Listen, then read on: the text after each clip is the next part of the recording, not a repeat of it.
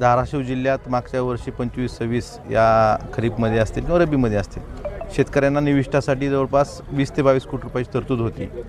ह्या निविष्ठा देताना बियाणे आणि औषधं म्हणजे कीटकनाशक असतील, इतर जी औषधं आहेत किंवा सेफ्टी किट असतील, हे बियाणं दिलं जातं महाबीजच्या मार्फत आणि जी औषधं कीटकनाशकं सेफ्टी किट आहेत हे MIDC मार्फत पुरवठा केला जातो.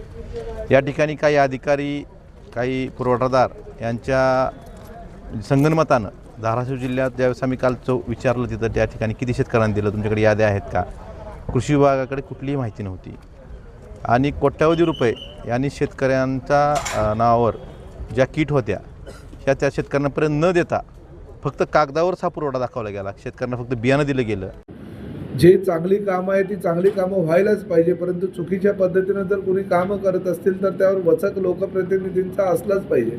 आणि आजच्या बैठकीमध्ये काही संबंधित जे अधिकारी होते ते अभ्यास करून आले नव्हते किंवा चुकीची उत्तरं जे देत होती त्याची चौकशी करून मला अहवाल सादर करण्याच्या सूचना मी जिल्हाधिकाऱ्यांना दिलेल्या आहेत. ते 8 दिवसात